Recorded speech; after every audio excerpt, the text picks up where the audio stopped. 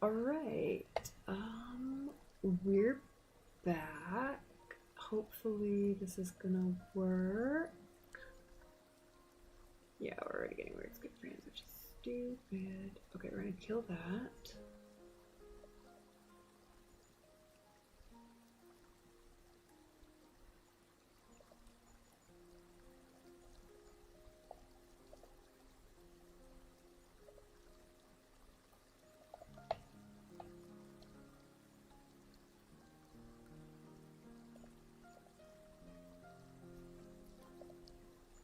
Okay, I just wanted to make sure the mic was working there. We're back. Hey Miafa, you're back again. How's it going?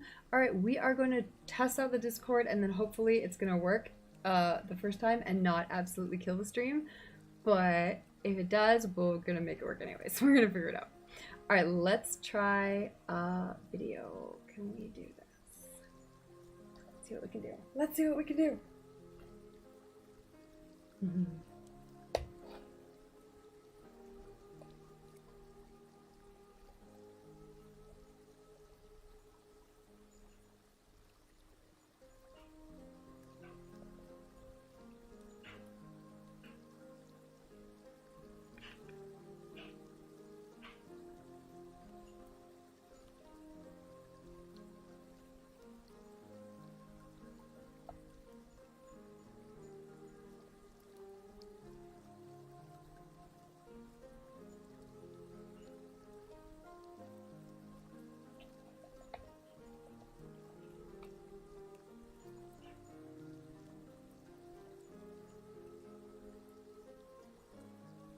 Oh, no, what have I done? There we go.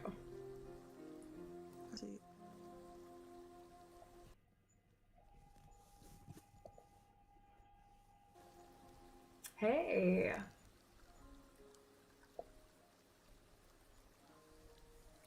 Hello, hello. Alright, I don't need... Okay, I don't want... Alright. Beautiful, I can see you. Hello, can you hear me?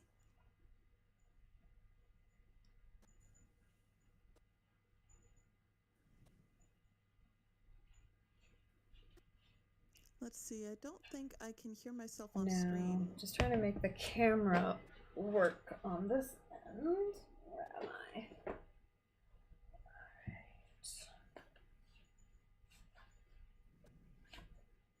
Camera. Let's see if we can do this.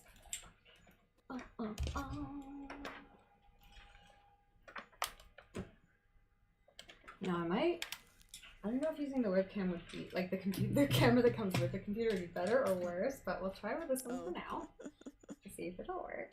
Except it's twisted around. There we go. 10 times. Okay. Looks like my computer is complaining a little bit about being unplugged, so let me go grab the plug really quick for that. Be right back.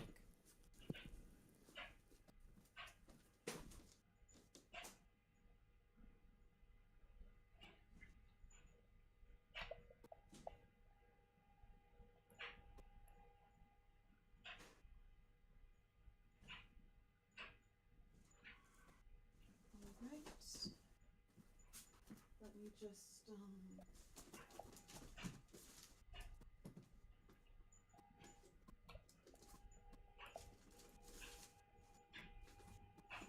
my computer to stop complaining.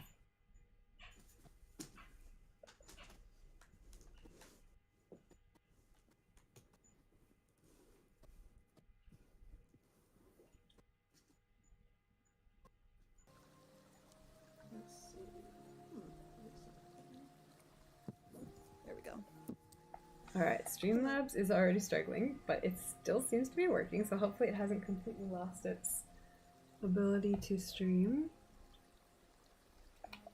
And let's add a mic as well. And then hopefully the audio source should come through the Discord window as well.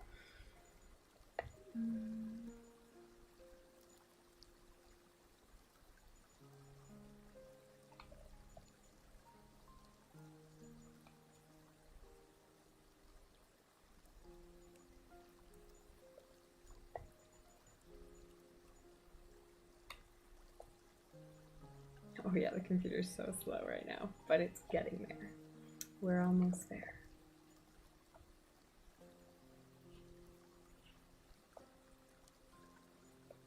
All right, microphone, ad source. All right, that's all the things that are important. Oh, okay, microphone's working.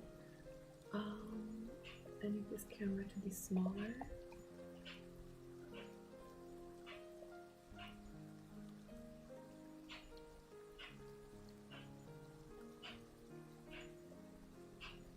And all right. Hey, there we go. Okay, so hopefully this isn't completely dying. All right. I haven't heard you say anything yet. Try talking.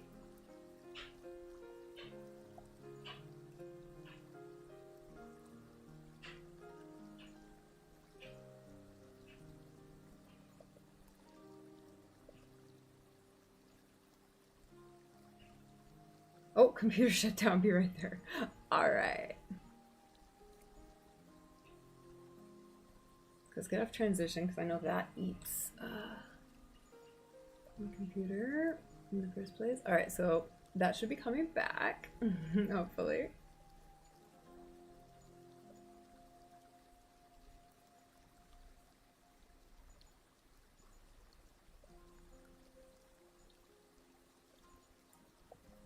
But welcome everyone to this new thing we are trying, which is kind of cool chats with people who have cool stuff and know cool things, and yeah, cool fashion, cool art, just also probably some NFT stuff coming up soon.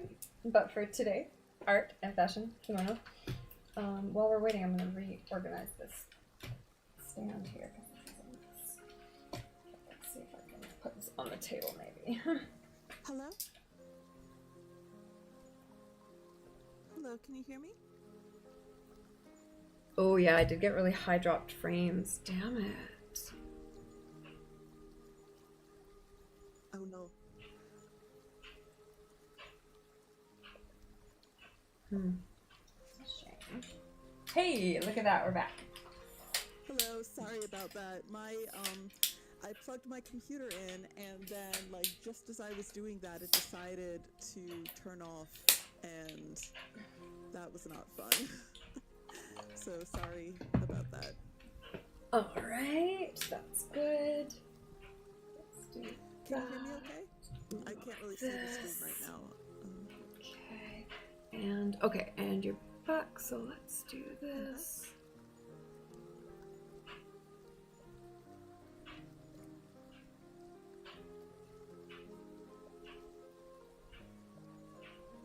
Okay.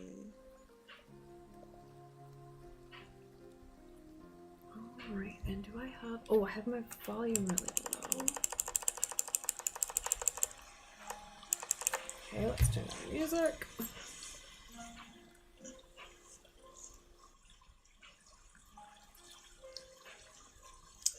Yeah, oh, let's see. There we go, I can hear you. Beautiful. Okay, you can hear me? Yes. Wonderful. Yeah, I'm trying to look at the, let me see if I can refresh the stream, because for some reason I cannot, it looks like it's frozen.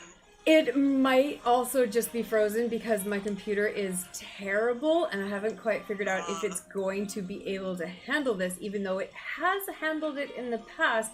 It kind of stopped doing that about 6 months ago, and I haven't quite figured out why or how to fix it. Oh, I see. So we shall see. We shall see. But if it completely is a disaster, I'll just post the recording after. Okay. Well, that works. So yeah, well, everyone, hi. Sorry, thanks for having me on here.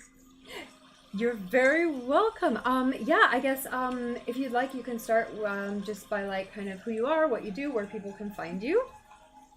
All right, well, my name is Amanda. I'm known on Twitch as Amanda Panda Sensei, and I live in Yokohama, Japan. I've been living in Japan for like 5 years or so. Yeah, I usually stream weekdays at 4 p.m. Japan time for like just like writing blogs, like writing and stuff like that. And I apologize that the lighting isn't so good in here. I just have my one overhead light, and because I usually stream in the other room, but this is the room where I keep all my kimonos. So I thought we'd go into my bedroom. So here we are. That sounds like a good idea. Yeah. Yeah, there's not a lot of room to like show off things for kimono here like in the other room because it's very cramped space. So yeah. Beautiful. All right, how long have you been collecting kimonos? Well, I've been wearing kimono I've been taking kimono classes for like 2 years. Before that, when I lived in America, I did buy like a kimono, but that like one kimono, and I didn't know much about kimono. I had to have other people help me put it on, or I would try to use internet tutorials to try and like figure it out, but I didn't know anything about anything, so I was like, matching up incorrect obi with the kimono, and like looking back on it, it was very cringe, very but I was just doing my best with because I had gone to they have like kimono stores in like anime conventions and at like the Washington DC Sakura Matsuri, and so I would just like go and try to learn what I could from what I had around me, but I didn't have a lot of opportunities to wear or practice wearing kimono until I came to Japan.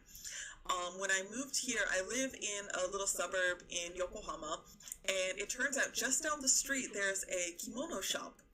And so one day I was looking at the kimono in the window, and the owner came out to me and asked if I was having trouble reading a sign or something, and asked if she could help me. And so I explained in my very broken Japanese that I really like kimono, and I was just like looking at it, and she said, "Oh, well, we have like so Kitsuke classes, we have like kimono wearing classes, and you could sign up for one." And I was like, "Oh, really?" And I'm like, "But I don't really speak Japanese very well." And she's like, "Well, that's okay, we'll just be like, it'll just go slowly and stuff like that." So I took, I was certified. I actually brought so for 2 years I took kimono classes, and I actually brought my little certification. So I have like a little, they give us little diploma type things, little certifications that say that I'm, certified at, this was for my second level. There's a third level in the school, but I decided that I would take a break from kimono classes to focus on my Japanese studies, and then I plan to go back to finish up next year is the plan. What is going on? Oh, sorry, that's a TikTok just decided to play. The faceless woman started playing a song. I love it. Playing something, so I'm very sorry for that. It was, not a problem. Okay, Alexa, shut down. Alexa, stop. I'm just like, go away. That's so embarrassing. I was like, what was that? I thought it was like a neighbor or something. No, it's like trying to show me more TikTok videos. I'm trying to get it to... No, go away. Good old TikTok. It's like, come on. You know you love me. You must come back. No. No, I do not. No, I do not love this. This is embarrassing. Okay, I'm sorry. What was I talking about? So did you say you had been taking classes for 2 years? Yes. So, the first year was mostly just, learning how to wear kimono ourselves. There's me and there was one other student, a native Japanese, speaker, like a Japanese person. And so we had our sensei, and we would go into we'd go into the kimono store, and there's a back room where we would have classes. And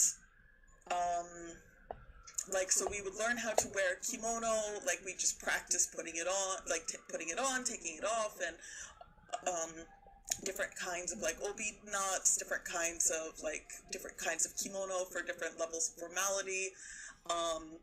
And then in the second level, we would learn not only how to wear more complicated versions of kimono, but also how to dress other people.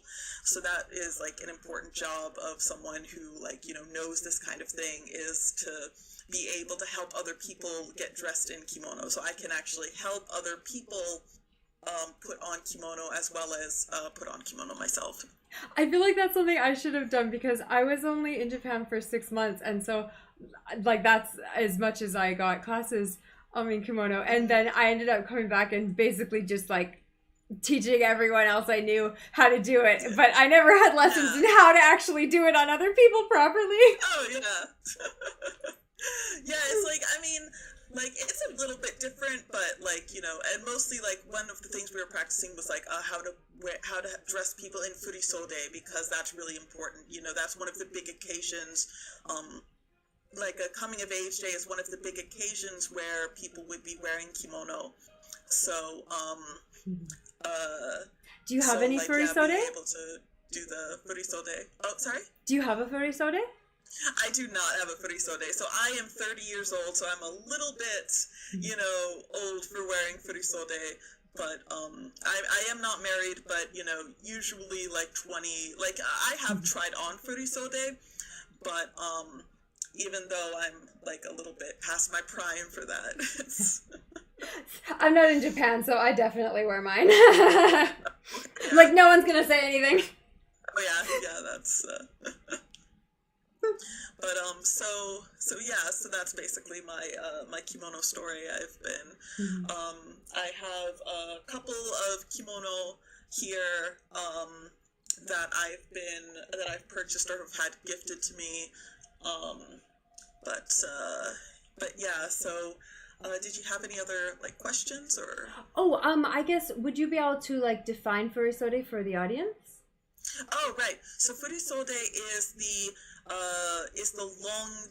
long swing. It literally is a swinging sleeve kimono. So those are you see them in Kyoto with the maiko. They have a special kind of furisode with the very long sleeves that like almost they're supposed to emulate a kind of childishness, because like it sort of is a symbol of like immaturity, because you have like the sleeves that are supposed to be like too long,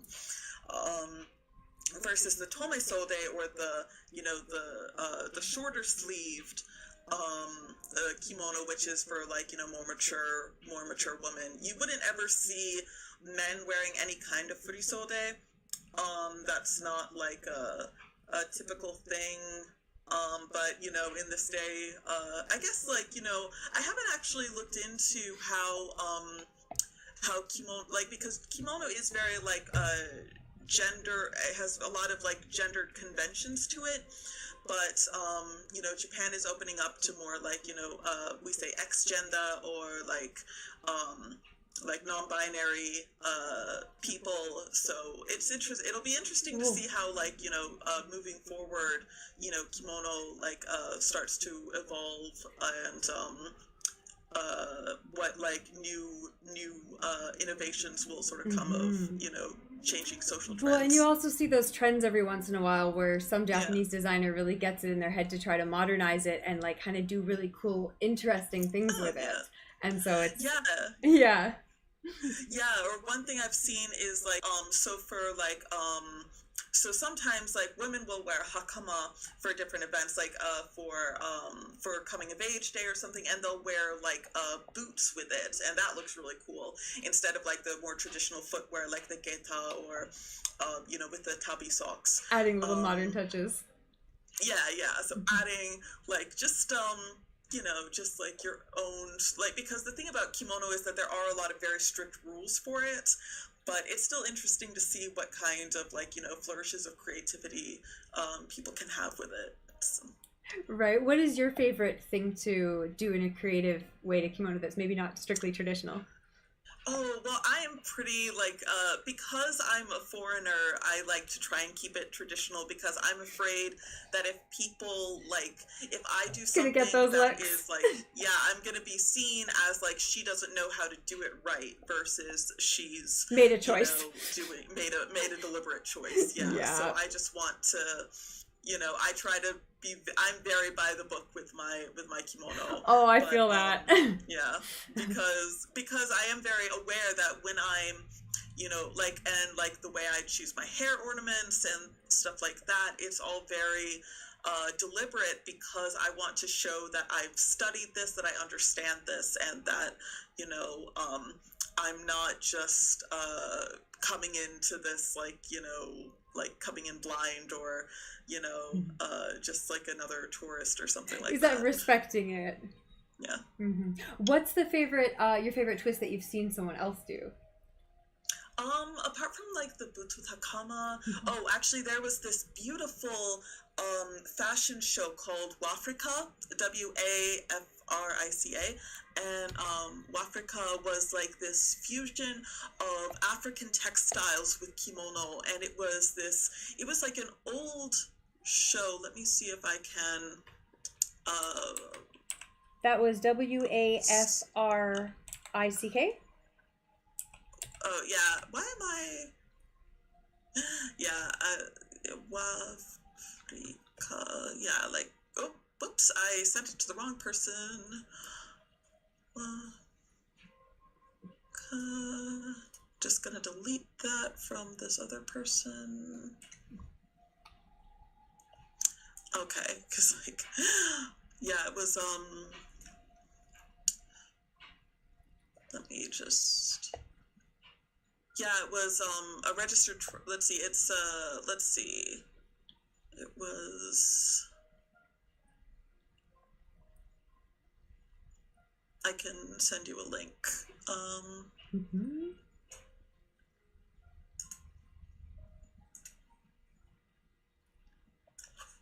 So here.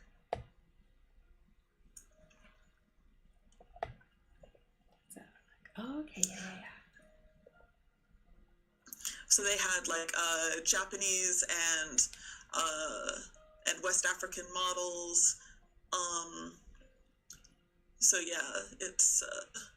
Oh, I should not have opened that on this computer. Whoops. Oops. So yeah, so that's one of the coolest things that I've seen. Combined, actually, and there was also for the 2020 Olympics, there was the World in Furisode, which was going to be this thing where NHK was showing they were going to create a furisode for every competing country. And so they had these master kimono creators pairing up with local with these local to each of the different countries different art styles coming in. They had all sorts of very beautiful kimono and obi. And so One World in Kimono was, so I really like the sort of international fusion of combining kimono with different cultures and art styles and stuff like that. So I think that's really cool. Yeah, and especially when you get some of those really interesting prints or really interesting paintings or I love that. Yeah, the one for America I thought was really nice. It showed different things of innovation, and it was just very colorful and out there, and I thought represented a very a very nice look of the United States. But there were some very there were they were using traditional inking styles from different places, embroidery styles, all sorts of very cool stuff. Ooh, oh, that does sound so cool. Did you have some kimono that you'd love to show us? Oh yes, I do. So let me see here. Let me grab. Let me put this down. So this first one is actually, since we're coming up on summer, I have a summer kimono here. Can you hear me okay with the microphone down? Yes. Okay. So you can tell that this is a summer kimono because it's not actually lined. If you have like the sleeve here, so we have our sleeve, and there isn't a lining in there, so you can tell that this is for summer. Usually you would wear yukata during like summer festivals. Yukata are very informal, but this is actually a summer kimono. So if you talk to like a person in Japan, they, in their minds, kimono and yukata are very separate things. They're very different pieces of clothing. It would be like, a skirt or shorts, it's like, they're not the same. So, so here is that. So I'm just holding it backwards so you can like see the back of it and all of that. So this was actually gifted to me by, not like my usual sensei, but like one of the other teachers at the store. Lovely. Yeah, it's usually a little difficult for me to find kimono in my size because I'm a little bit larger. Westerners. Yeah, it's like, I don't know. Is it TOS to like show undergarments on I think screen? I think like swimsuit rules, I think. Swimsuit rules? Okay. Because like I have like, yeah, I guess like yeah, because this, well, let me see. I have like the slip that goes on under this. I do have to wear a special kind of bra with kimono. So it's like, just to show like what that sort of looks like. So that's just like this. It's very, Okay, just more like sports bra kind of style. yeah, it's like a sports bra kind of style that is like clasped at the front and it's like supposed to press everything down. And then over that you wear a slip, which I have right here. So I have my kimono slip. This is not a nakajuban, which is the next layer that goes over this. But so this is just like, it's not that long, it's just like a very thin white thing, just goes over. That first layer to really kind of keep your skin off of things. Yeah, to keep, like this is the part that actually touches your skin. So then and then you of course have padding. So this is like, so basically, because like the kimono is all about like straight lines. So like the curve of the small of your back needs to be like made flat. So you have like padding like this. So that I just tie on over my slip with a himo, with like a cord. And then I have two nakajuban. I'm going to show you, like, here's my pink one. This is a little bit longer. So nakajuban are, so here's that from the back. And so there's a couple things about the nakajuban. Before we even get to like the kimono, this is all still like underwear. So this is mostly stuff that people won't ever get to see, except for like, you'll be able to see the collar of this, and this collar is actually detachable so that you can wash it. And it also has a stiffening, like a piece of plastic, and I'm gonna, so, I put it in for the show, but then, so it like this little stiff piece of plastic that keeps the collar up and like, sort of defying gravity kind of thing. Because you want everything, like, the thing that I've heard about kimono is that, you know, the human body is full of curves, and the kimono is sort of about defying nature, is the way that I All heard those it, beautiful you know? straight lines. Yeah, those beautiful straight lines that I do not have. Yeah. Now, the thing about the back here is that this actually, so when you're putting kimono on someone else, you would just have, like, you know, regular ties, but for putting it on yourself, you need something to sort of keep this all clipped onto itself. So let me show you, like, so if I were to put it on, so of course, I hope that this is, like, showing correctly, because my camera is reversed, so it looks like I'm doing it wrong. You always want to go left over right, because if you do it the other way, that is how you dress a corpse. And I'm not dead yet, so, you know. So you want to make sure that the neck is exposed. You have, like, enough room to put your fist, and I would usually have my hair tied back, but you have, like, enough room to put your fist back in there. And then you get these little clips, and you clip them under the bust. Oh, well, first you do the one that is inside. You go, like, in through the sleeve, only one at a time. You clip it under the bust. I'll just show, so it's like this, and then you go around, and then you clip that, and then it should be, like, you know, you have enough room. You have, like when you're dressing younger girls, you want to have this up higher, but when you're having, like, you know, someone who's a little older, you want to have this down a little bit lower, just, like, above, like, right here should be good. So then this would be the nakajuban. So Kind of like a whole mini kimono underneath the kimono.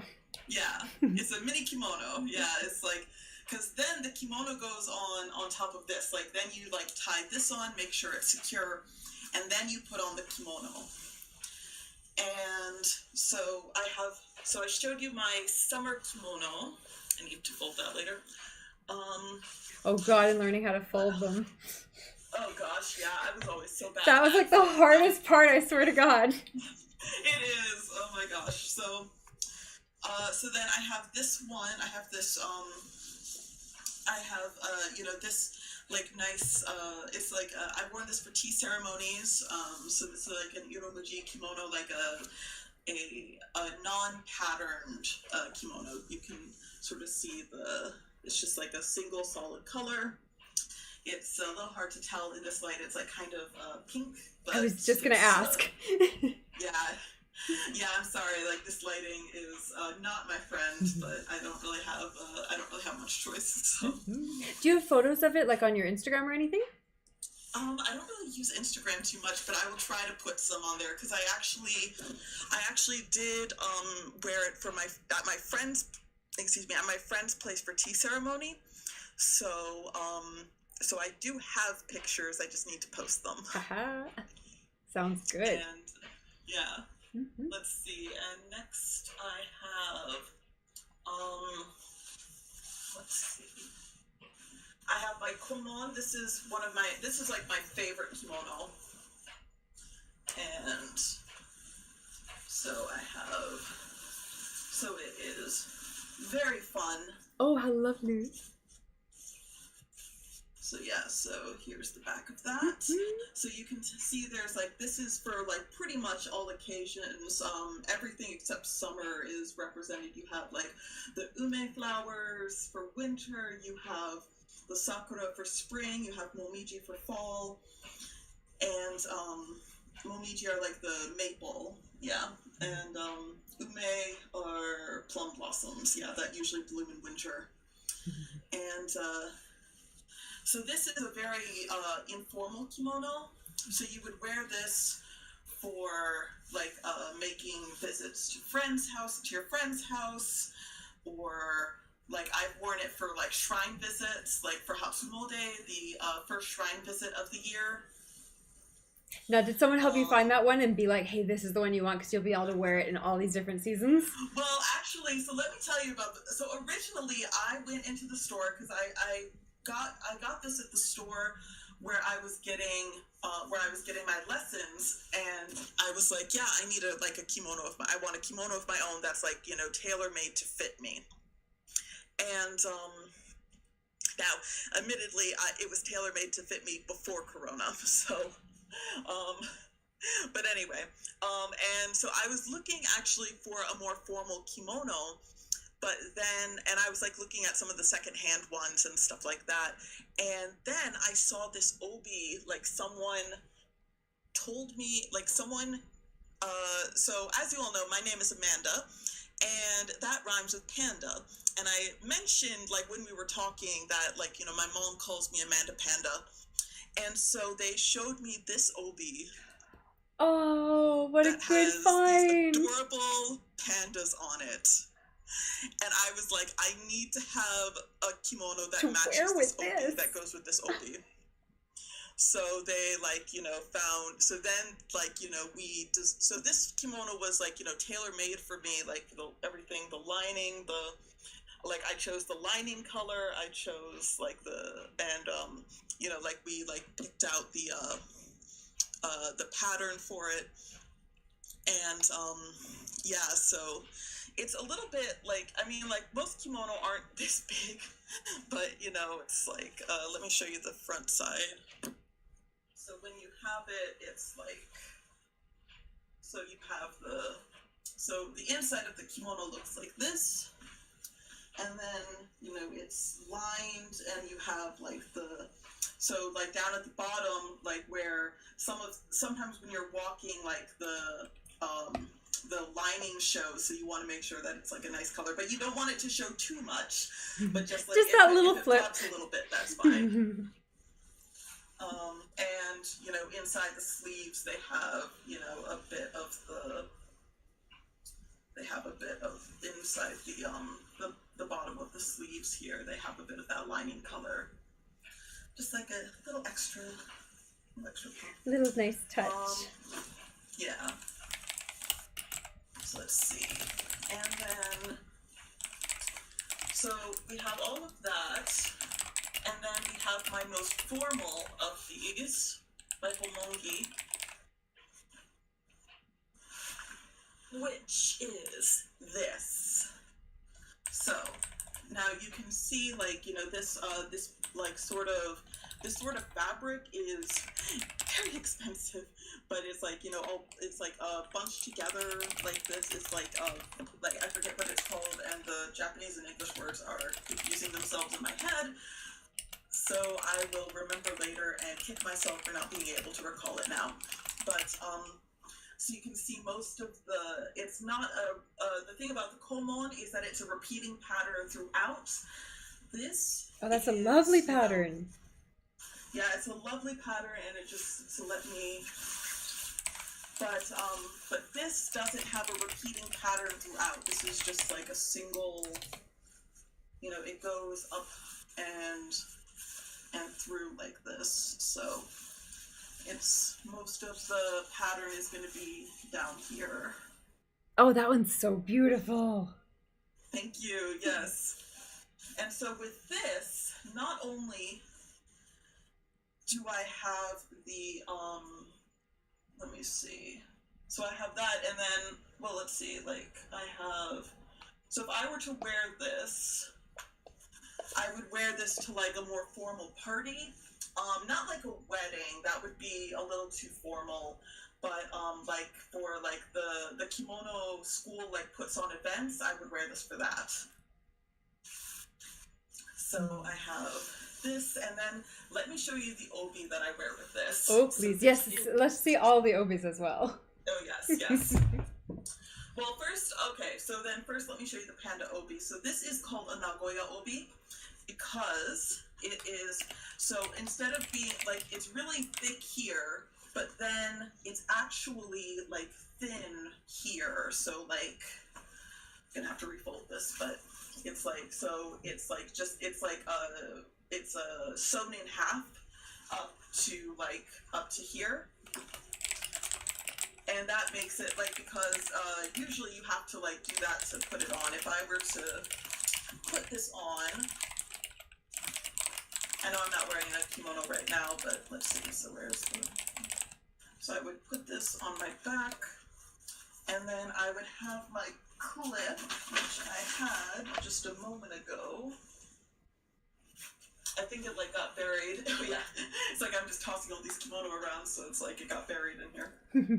So I would have my clip, and I would clip it to like, some of my other pieces, and then I would spin around a couple times. Usually, it's a little hard to spin on my knees, but I'll try. So spin, spin, spin, spin, spin, spin. I'm doing a very sloppy job of this, so I'm very sorry. If my kimono teacher is watching, then I apologize. Gomenasai sensei. Not at all. We're doing the show the general overview process. Yeah. Yeah, so... Of course, it doesn't help. All my weight gain has not made this. Okay. So, get that all nice and tight. And then you would have... So this is an obi makura, an obi pillow. And you would have an obiyage over top of it.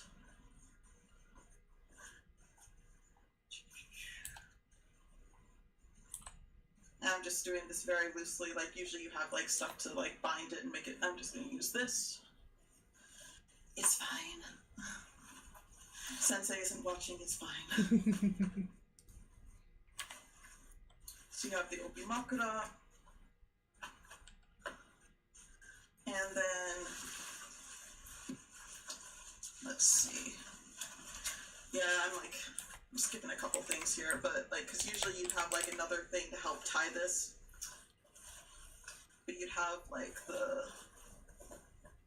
so you try to make the obi knot, you get that nice and smooth on top, and you try to get that straight. But it's very difficult for me to get anything straight, and I'm way too gay for that, so. Then you like sort of shift it so that it's on top there, tie it tightly in the back.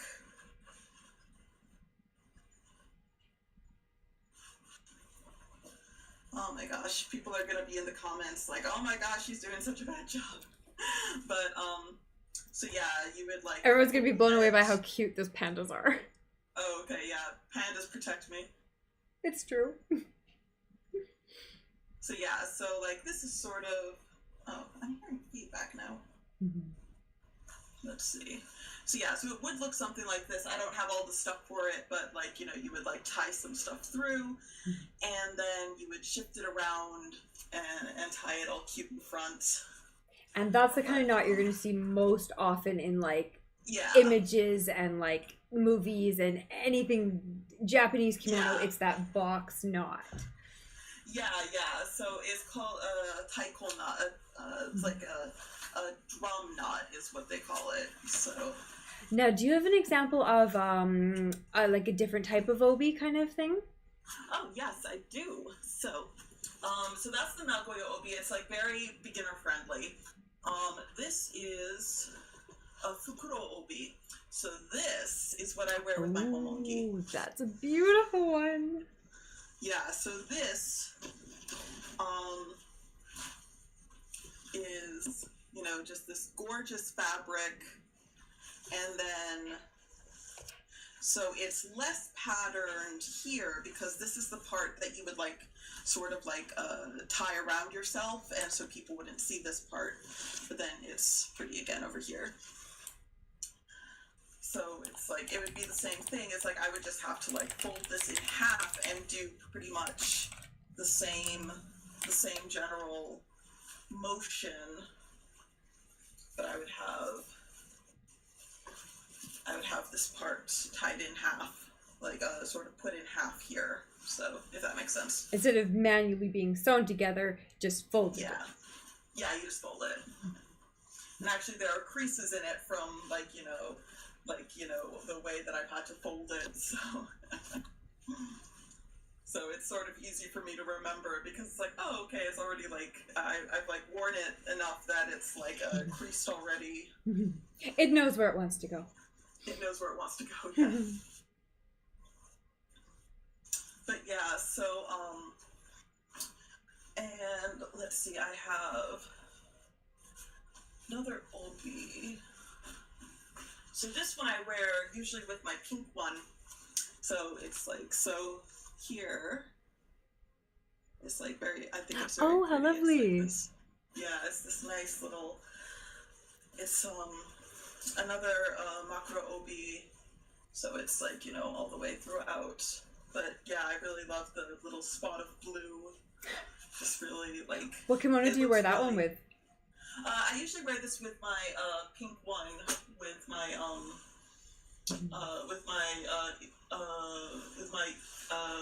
Iromuji, yeah. Oh, you should lay them all out with the obis on top and take a picture. Oh yeah, I should. Let's see, what else do I have to show? I also have some more obiyage and some obijime. So the obijime, let's see. So basically, if I were to have my, let's see, what's this one? I'm just trying to pair them on really quick. This one, yeah. So let's see, if I were to have my fancy one, and I were to have like in the front, so you would have, let me just fold this in half real quick. So it would be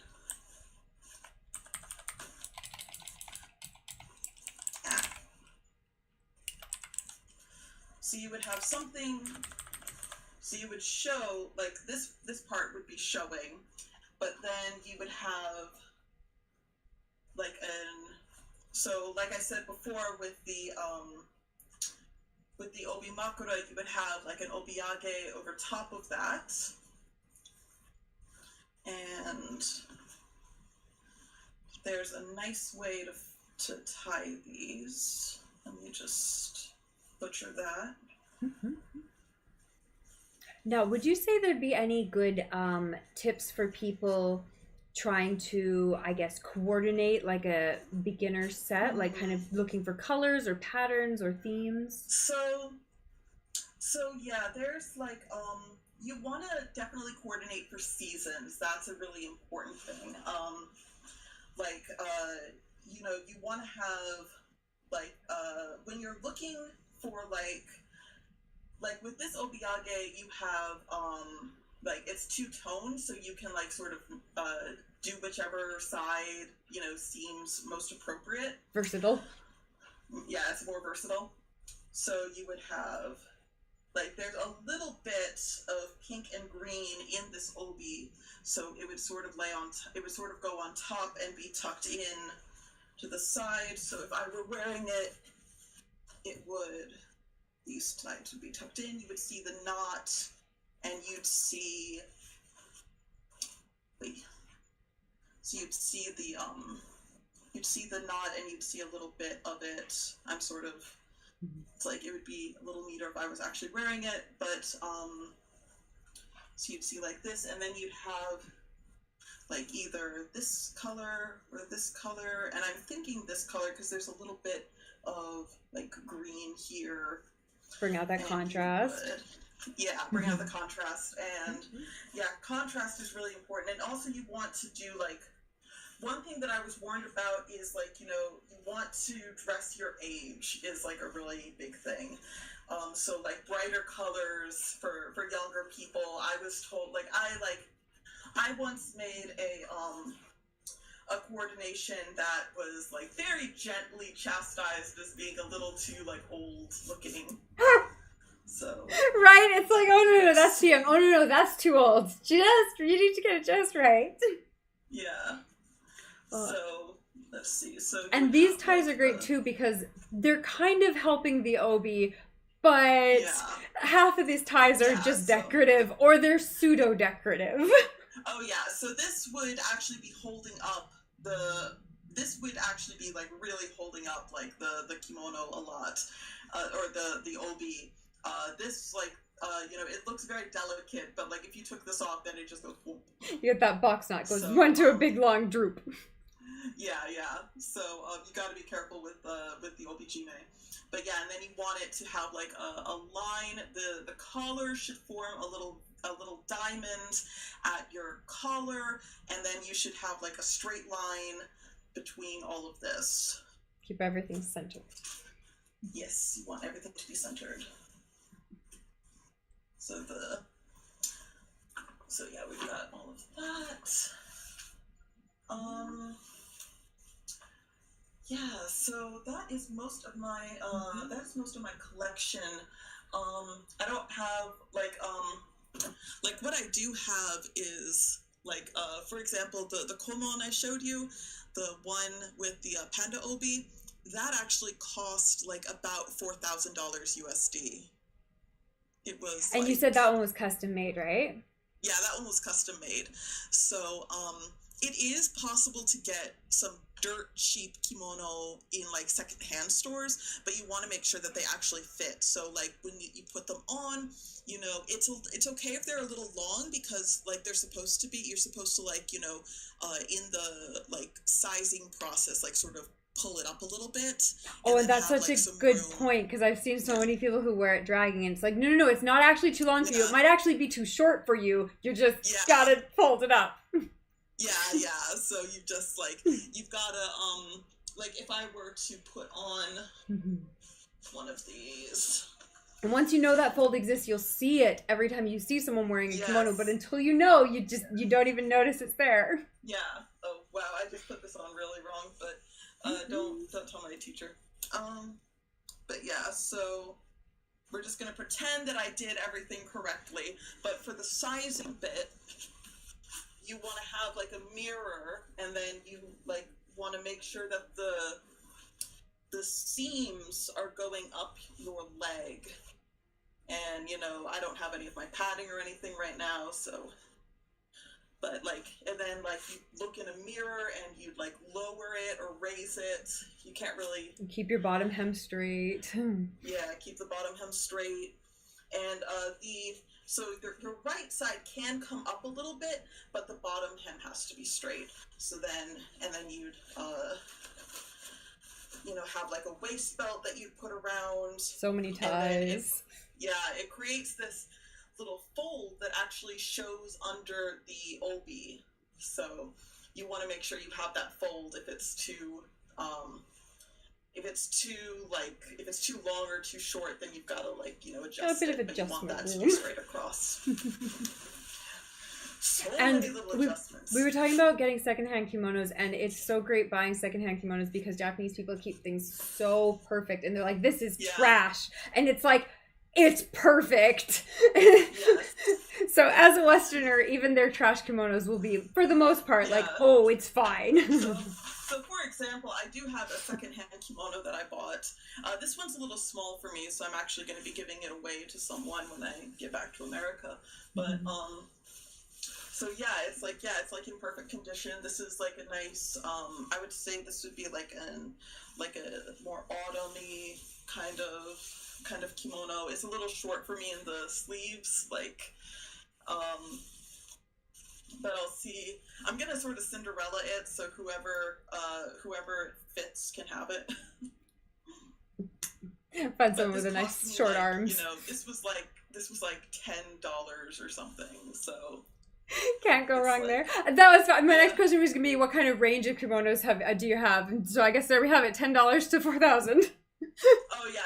Oh, 4,000 is lowballing it. Like you can have some that are like, you know, $10,000 or something. Like my homongi is really expensive. Was really expensive. That's right. You said you had a beautiful.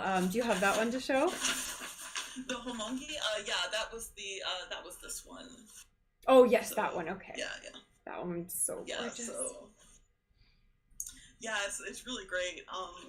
You actually wear a separate. There's like a faux collar that you wear with that one to have like the illusion of like yet another layer. But it's like so the collar is real, but it's just sort of like it looks like you have like yet another layer of kimono on under it.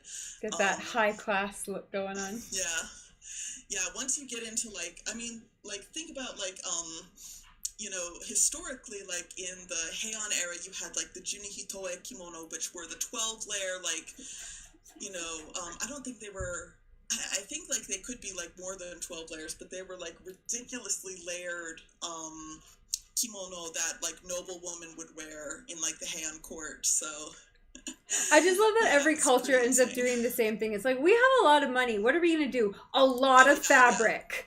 Yeah, all the fabric. Yeah, it's just, it's like, how did anyone, like, I guess, like, it's like, I don't have to move. The Heian court. Other people will bring things to me. Exactly, yeah.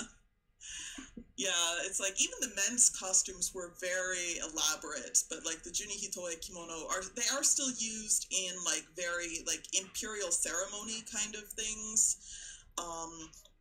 You can also wear them at some theme parks, like the Edomura or the Eigamura, which are like the Edomura is the Edo village in Nikko, which I went to, and I got to dress up as a samurai actually, so that was a lot of fun. I got to wear like a kimono with hakama, and they gave me a little sword, and that was really fun. Oh, that's so cool. Yeah, so that was really cool. And then the Eigamura, you get to dress up as, like, you also get to dress up in costume if you want, and that's like, they used to shoot movies there. It's in Kyoto. It's a lot of fun. Mm-hmm. Oh, that sounds amazing. I got to go to one of those little like Maiko studios in Kyoto once, and that was fun. Oh, okay. Oh, wonderful. Yeah. Yeah, those are actually like really nice for like people who are interested in like Maiko and geisha culture, but it also like sort of takes the heat off of like actual geiko and Maiko, because like in Kyoto, you're actually not supposed to be taking pictures of geisha and Maiko, because when they are out and about in town, they're probably going somewhere. So it's like, like they have like they've got to get to work and parties and work, that they've got to do. So if you see them out in the streets of Kyoto, it's like you're not supposed to stop and ask them for a picture. But if someone is just wearing the costume, I'm sorry for the ambulance sound outside if you can hear that. If someone is just wearing the costume and is all made up, and then people can take pictures of them, because those are just, tourists. They're there for that. They're there for that, yeah. But and there are cases that I have actually had I have actually been able to meet some like a geiko and Maiko in Kyoto. I went with my family, and we were actually like at a party where they were entertaining. So the Maiko were dancing, and we got to ask them questions, and they had an interpreter there, and they were all very nice and so lovely. Oh, how wonderful. Yeah, I love it when you get to catch like the traditional dances and all of that, with everything done up. And yeah, we got to play traditional drinking games with them too. Like, that's great. Like a game. There were a couple of different games, but I actually won one of the games, so they gave me like a nice set of chopsticks. Oh, I love it. That's but amazing. Like, if you lose against them, then you have to drink. You have to like drink your drink or something. Oh, perfect, of course. Yeah, but they'll say like they call you they call the guys Onisa, and they call the girls Onesan, so it's like, oh, Onesan, sorry you lost, you have to take a drink, but I actually won, so they're like, oh, Onesan, congratulations. Omedetou. So I love it. That's amazing. so that was kind of fun. And I remember I was there with my family, with my mom, my dad, and my youngest brother. They all came to visit me in Japan. And so I was really excited to, do this. And I was like talking a bit with my Japanese was very poor at this time, but I was able to talk a little bit with the geisha and with the maiko. And it's really amazing, like how young they start, because like the maiko we were talking to were like 15. They were like, high school students still, but they had like decided that they wanted to take that career path. And so we learned a little bit about their kinds of kimono that they wear. And so the maiko have this very, like, you can actually tell a little bit, like the maiko who are like the real deal versus the ones that are sort of like made up for like the, like, who are like paying customers. Because of like some differences in makeup, some differences in like, in how they have to like, there were some little tells that like I think you can like find online, like how to spot a real maiko. But yeah, what are the little things that they if you do spot a real maiko, then let her go on her business. Yeah, try not to bother. Try not to bother her. But yeah, they have the really elaborate obi. Those are like with the really long tails. It's like those are those are special for them. So Mm-hmm. And of course they're wearing furusode because they're young. But then the geisha will be wearing tomesode, so she'll be wearing shorter sleeves as they get older. Yeah. Mm-hmm. I guess another question would be, do you have any kind of like interesting accessories that you would use with kimono? Oh yes. So, where do I have it? So I have, like, for example, when I'm going on, I try to do my hair like not in like the completely traditional nihongata with like that, not like that, but I'll wear like accessories like I have like this hair accessory. This is I'll wear this, so like for New Year's time, this is like a plum blossom like I have on my kimono. And so it's very appropriate to wear for New Year's. I actually bought this a couple years ago for New Year's. And even if I'm not wearing kimono, I might wear this if I'm like, doing a shrine visit or something like that. So, that makes sense. Like during that time of year. Yeah. Mm-hmm. Yeah, actually, like, although I do have like an embarrassing like otaku reason as well, like a bit of like a nerd reason. And that is because like when I saw it, I noticed that like the half of it was like red and half was white, and I'm like, oh, it reminds me of Todoroki Shoto from Boku no Hero Academia. So I love it. So I'm like, oh, I have to have it.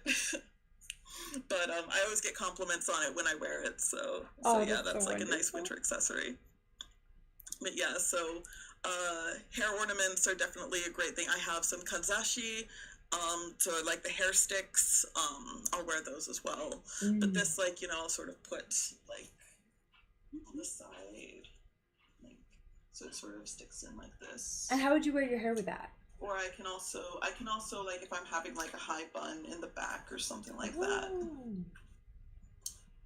And would you just wear your hair loose with that, or would you tie it up?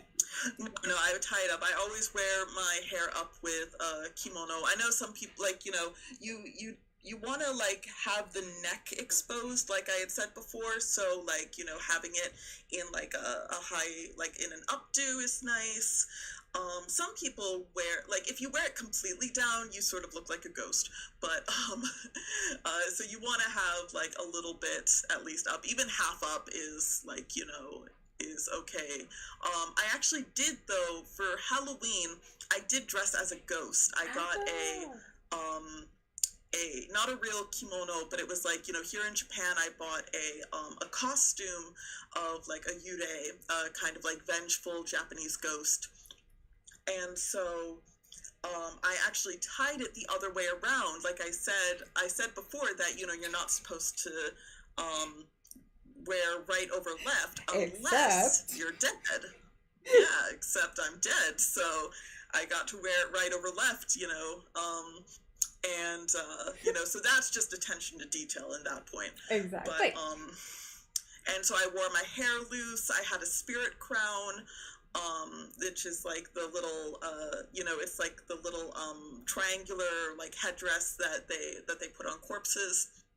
I wore my mask, of course, and you know, so I looked really vengeful because you could just see like my made up eyes underneath this, like between my mask and this headpiece. I just saw like. Do you have any pictures of that? I did not take any pictures, unfortunately. The hazards.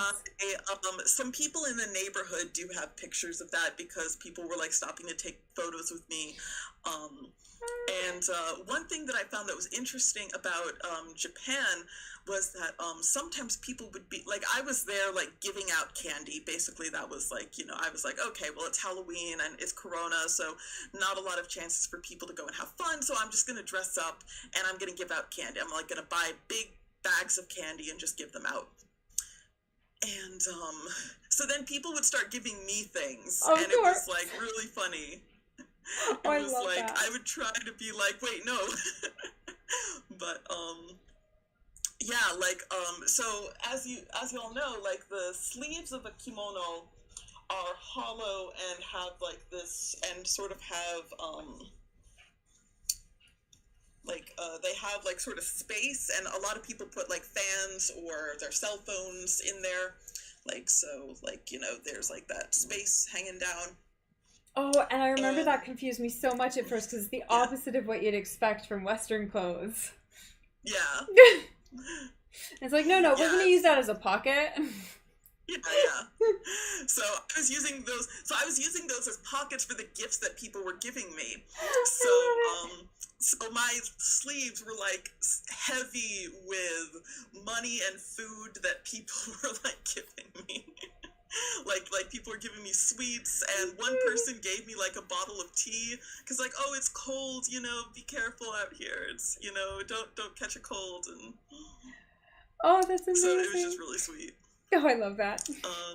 Yeah, it's a really nice neighborhood I live in, and like the people were really excited about it. Like, you know, I think some people were kind of confused, but I was like, but I think... But their Japanese gift-giving mentality kicks in, and then they figure it out. Yeah.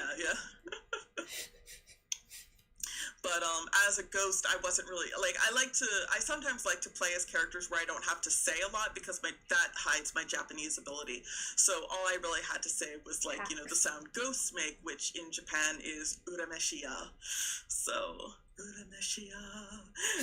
Done. Yeah, so it's like, it means like, you know, vengeance or revenge kind of type thing. It's like, yeah, so it's like, because that's like, you know, the vengeful ghosts are, you know, returning. They want something, they usually like, they're seeking revenge. You think of like, you know, the famous ghost stories, like Yotsuya Kaiden or Okiku Usama or stuff like that. You have like vengeful female spirits, so. Wronged spirits and heartbroken spirits. And... Yeah. Searching. In this case, trying to give away candy. Killed. Yeah, well, in this case, I was a very friendly ghost. I was just giving away candy, but yeah, I like to like Halloween is my favorite holiday.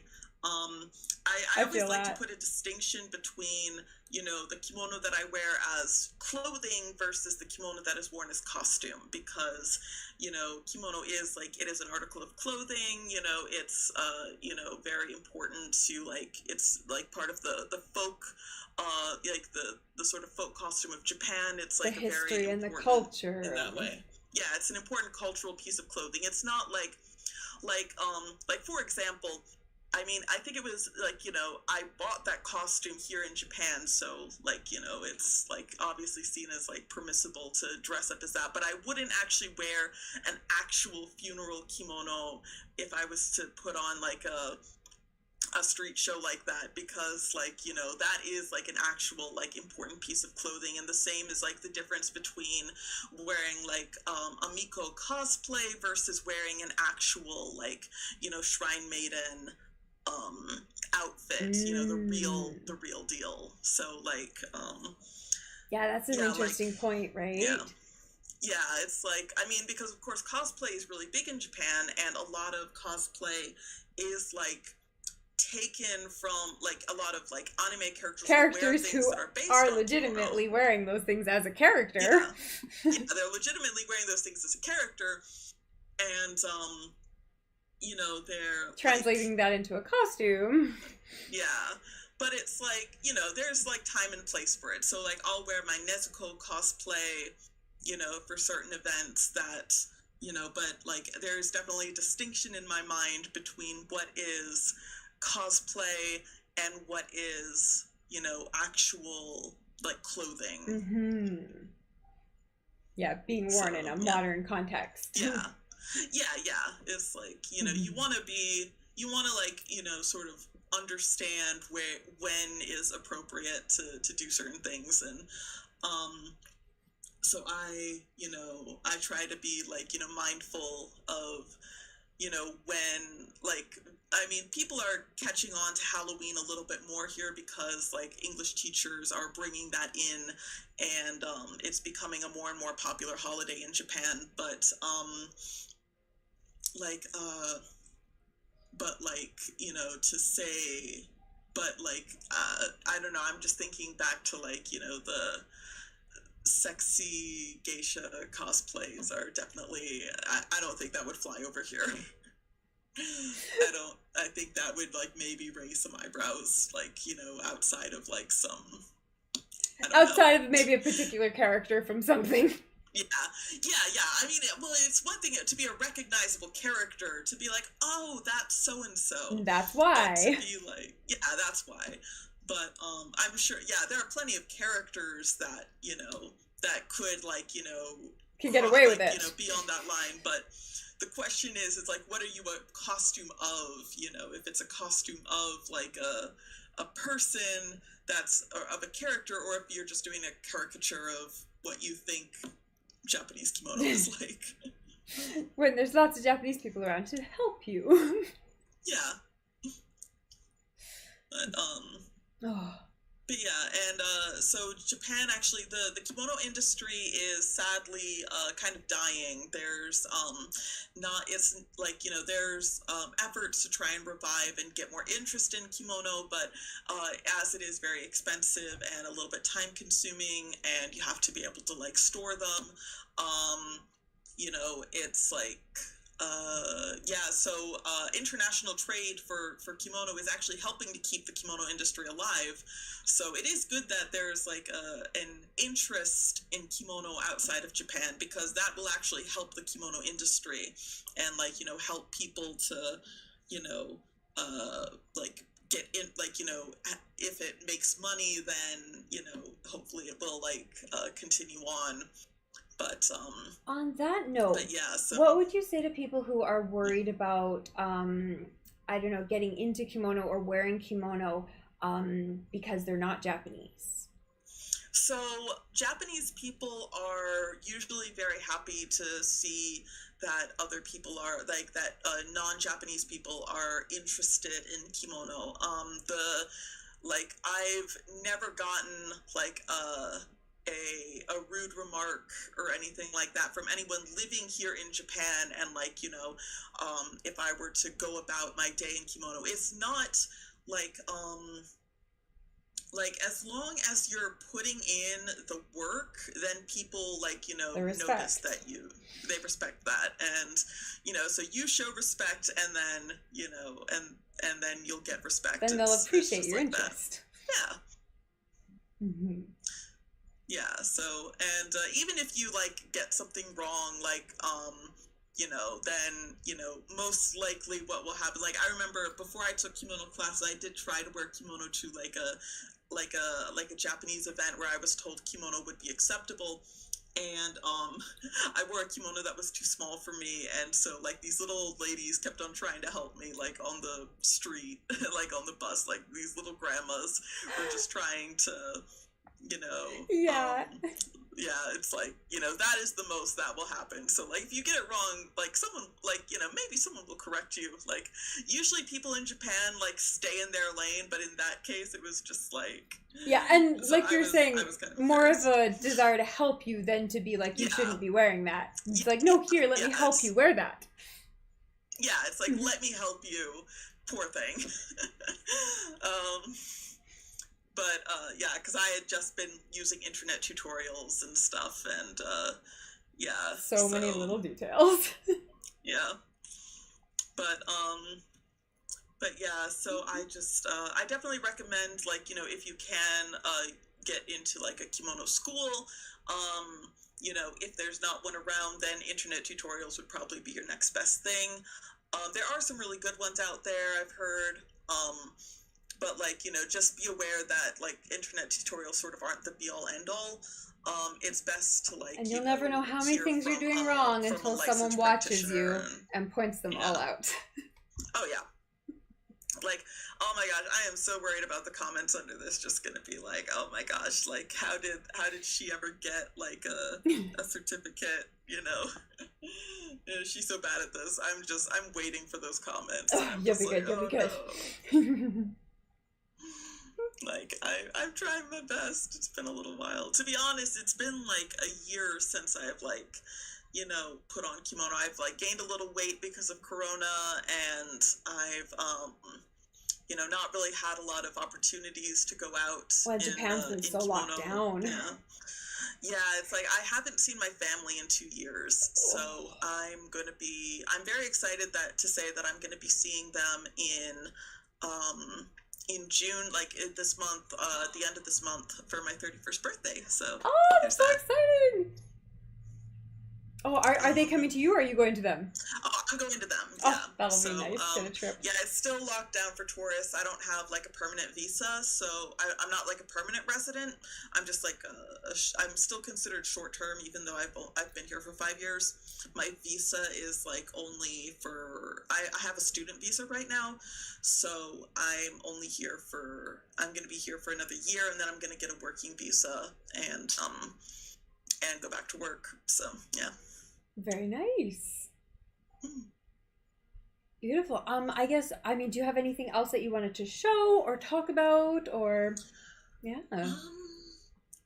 I think I've exhausted my collection pretty much. It's a like, you know, I collection. don't have many pieces, but I do love and treasure all of them, and now I've got to put them all back. Well, and you've invested in the ones that are just perfect. Yeah.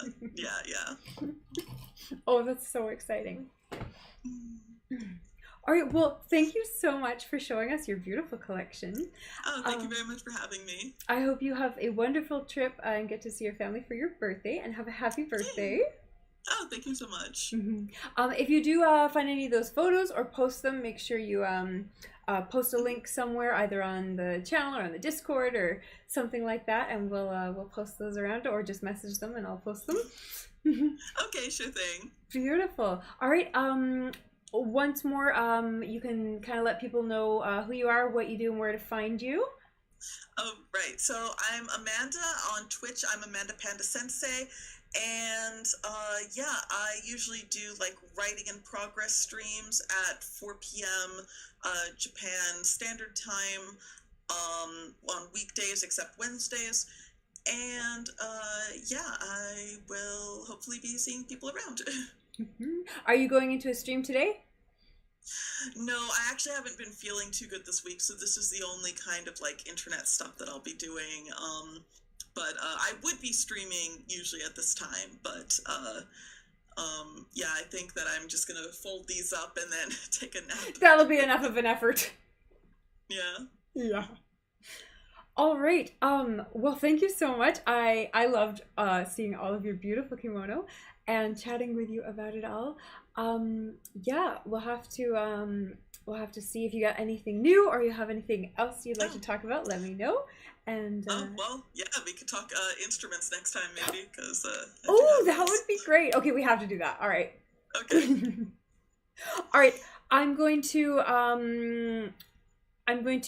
close the video, and the stream is probably going to end pretty quick after that because it's not working anyways.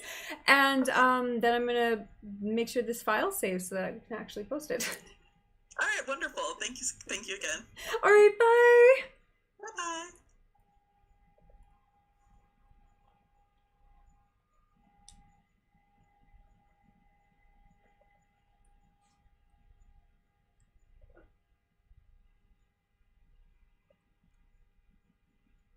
All right.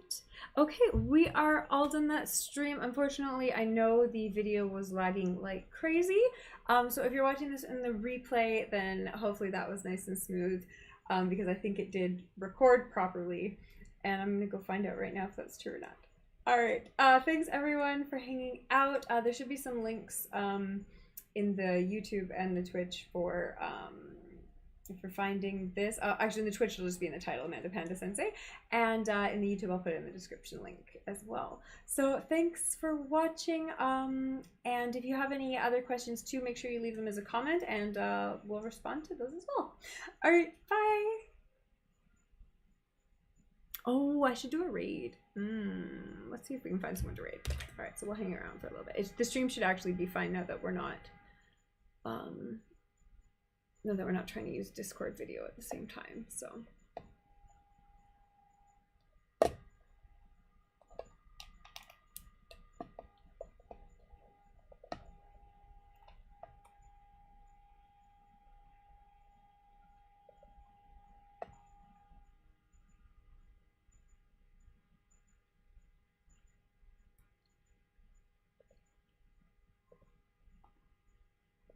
All right.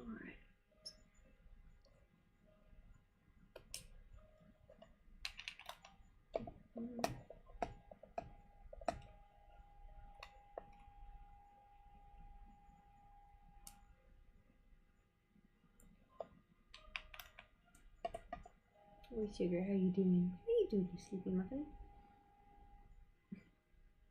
Hey Juxtapositor, I hope you were able to see some of that or hear some of that. Often the audio works even if the video isn't working, so hopefully the audio was working. Otherwise, I will be getting the rest of it posted.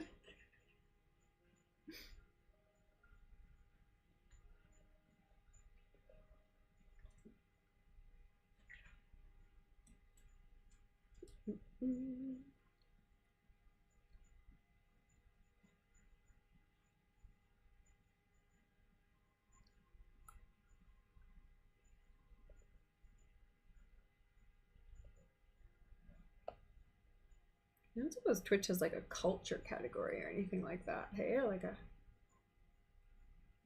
even like a history or anything category?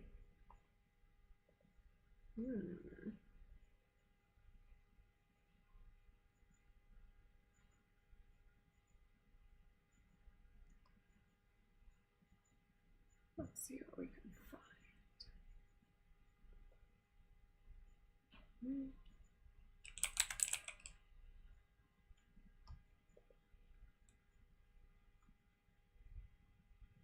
Twitch's categories are so random, I swear to God.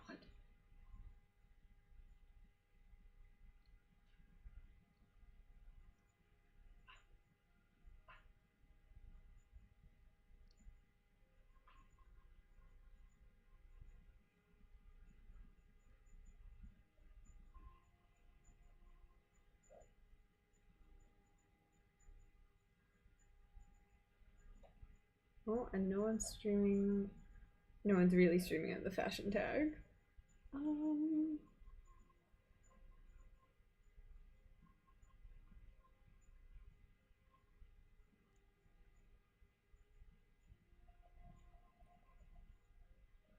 maybe a cosplay would be a good one. The audio was good? Okay, excellent.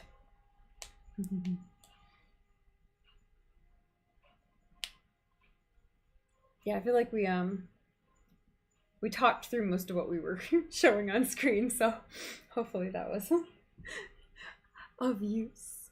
And there'll be some visuals to go along in the future.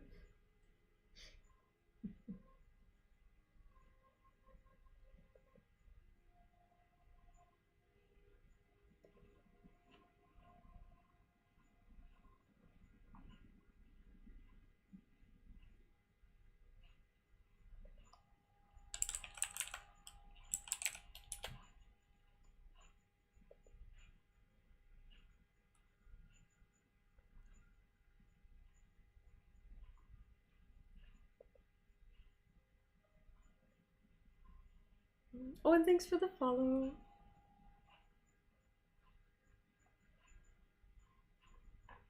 I appreciate that.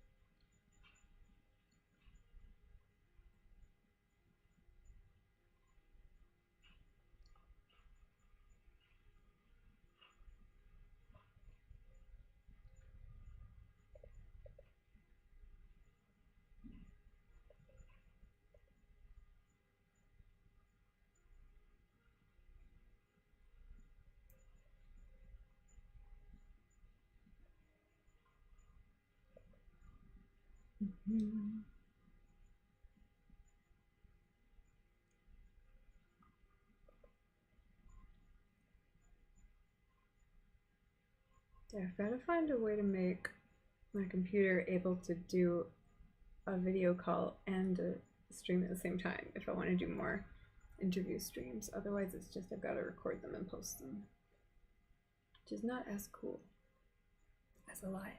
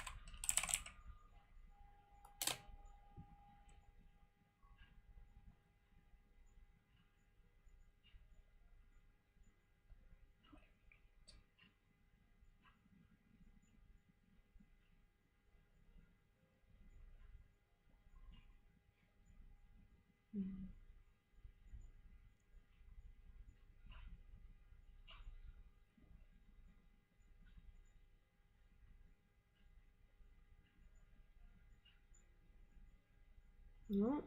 All right, so let's do maybe.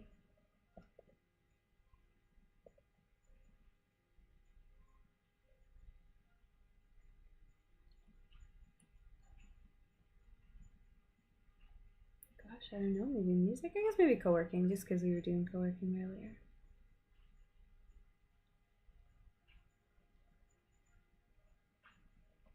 Yeah.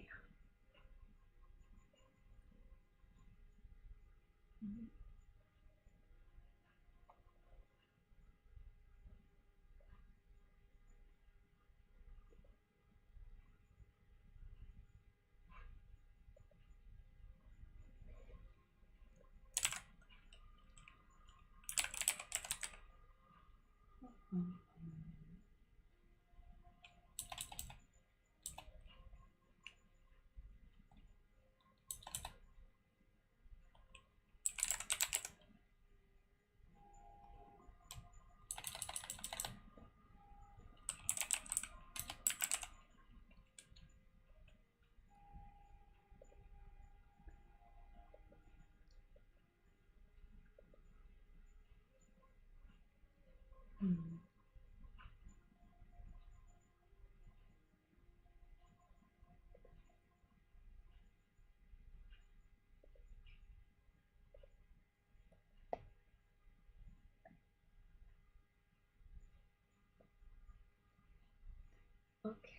and alright, what do I got? A little bit of red left.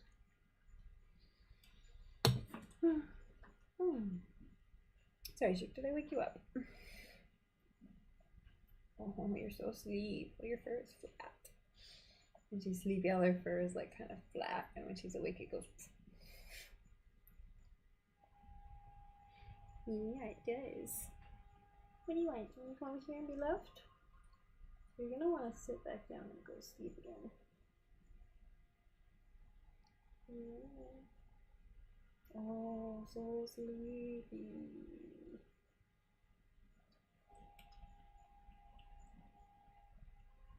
Wow.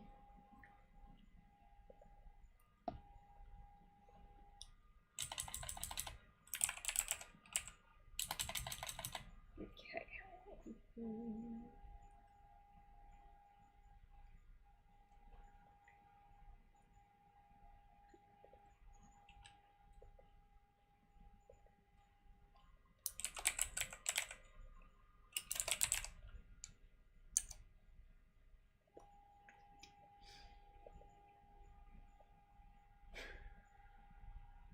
Okay, nothing there.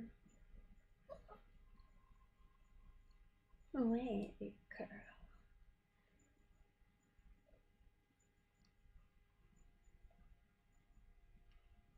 Alright, we're gonna go check out Pudding, Maddie, and yeah, I don't think we've raided them before, so let's do that. Cool.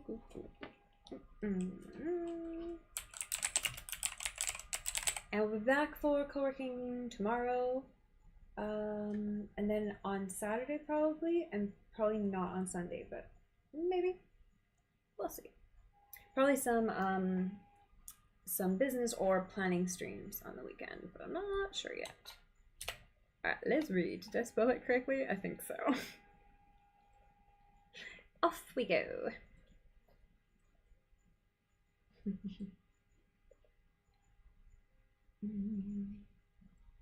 And we'll make some sort of read message here in case anyone's reading. With me.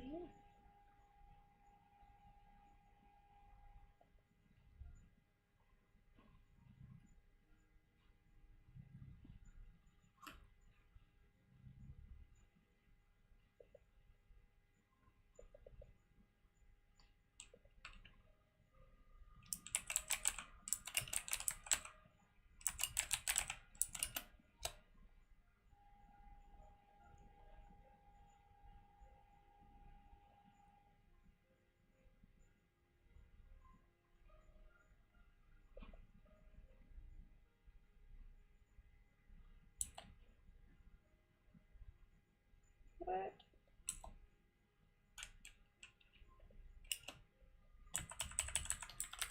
How did I do that?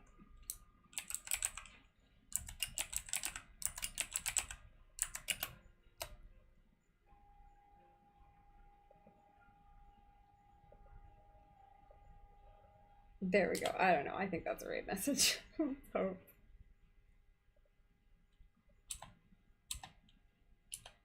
Okay. Alright, and it's gonna go off pretty quick here. So thanks everyone if you are hanging around for the Kimono Chat, and if you're if you like fashion and culture and Japan and all that sort of stuff, give a follow, give a like, and hang around in the future. We'll be doing more of the same kind of stuff.